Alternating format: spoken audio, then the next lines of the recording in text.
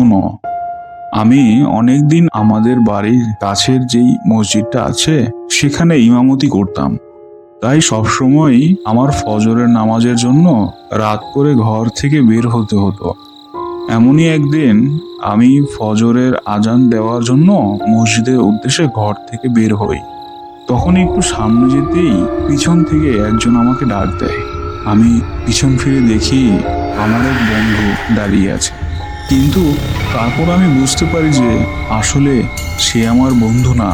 কারণ যেই বন্ধুকে আমি দেখেছিলাম সে তো অনেক আগেই একটি রোগ হয়ে মারা যায়।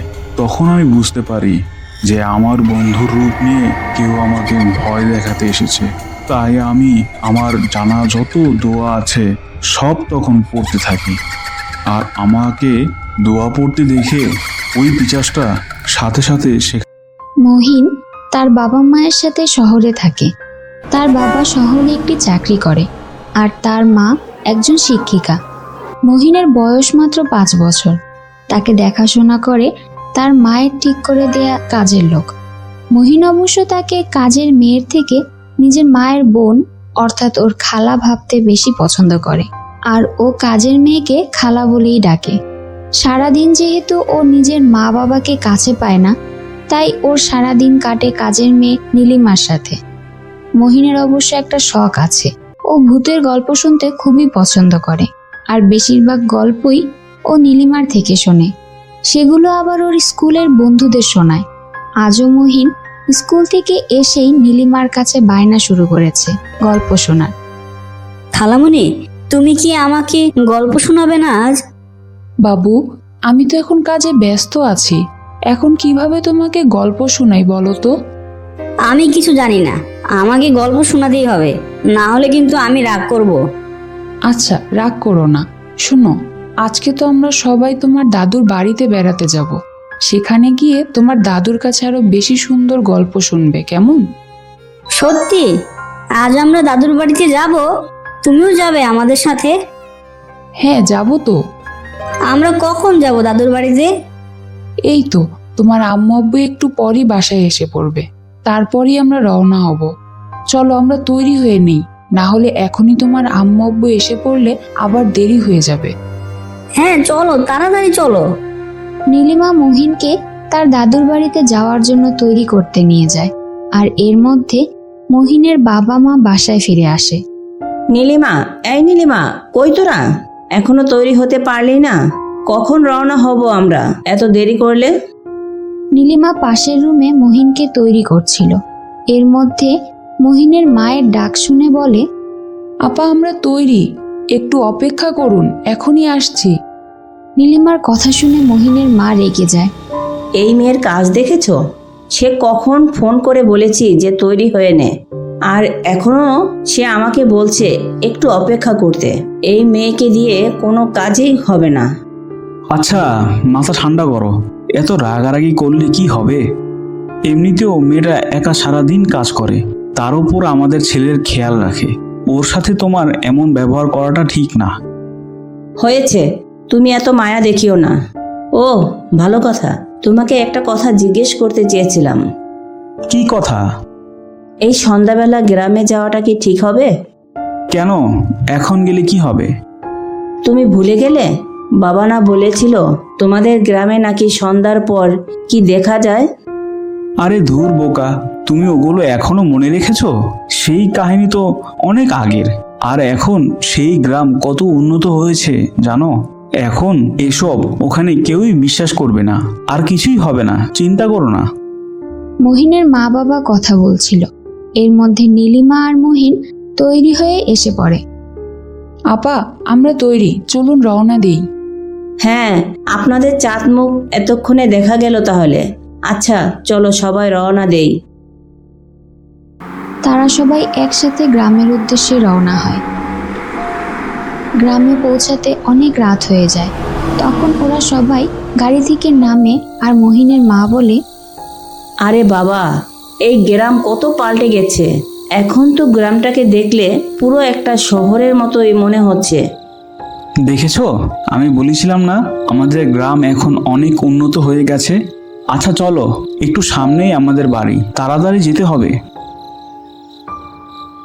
ওরা চারজন হেঁটে মহিনের দাদার বাড়ির দিকে যাচ্ছে। পথের মধ্যেই অনেক পুরনো একটা শ্মশান পড়ে। সেখানে আসতেই নীলিমার প্রথমে মনে হয় ওকে কেউ ডাকছে। তখন নীলিমা হঠাৎ সেই শ্মশানের দিকে তাকায় আর দেখে শ্মশানে একটা মেয়ে সাদা শাড়ি পরা, মাথার চুলগুলো ছাড়া, এমন অবস্থায় দাঁড়িয়ে তাকে ডাকছে। এমনটা দেখে ও খুব ভয় পেয়ে যায় আর মহিনের বাবাকে বলে, দাদা দেখুন, ওই শ্মশানে একটা মেয়ে দাঁড়িয়ে আমাকে ডাকছে। কি বলিস? ওখান থেকে কে ডাকবে তোকে? পাগল হয়েছিস নাকি? আমি সত্যি বলছি দাদা, ওই তো দেখুন না, একটা মেয়ে দাঁড়িয়ে আছে সাদা শাড়ি পরে। সারাদিন নিজেও ভূতের কাহিনী শুনিস আর আমার ছেলেটাকেও বলিস, আর এখানেও এসে মজা শুরু করেছিস।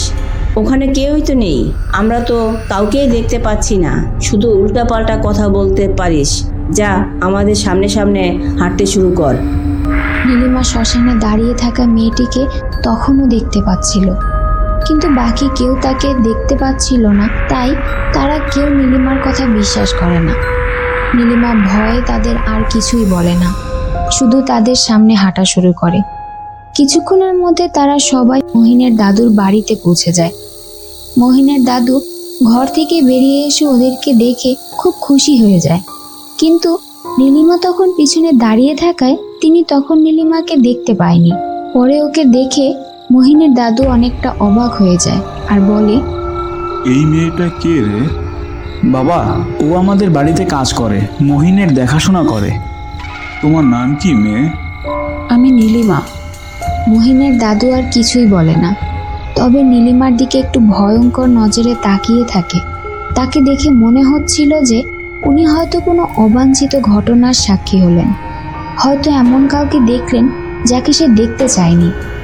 আচ্ছা, সবাই ঘরে আসো, বাইরে দাঁড়িয়ে থাকা ঠিক হবে না। মহিনের দাদুর কথাতে সবাই ঘরের ভিতরে চলে যায়। মহিনের দাদুর বয়স অনেক বেশি, তাই তিনি এখন সারাদিন বাসায় থাকেন।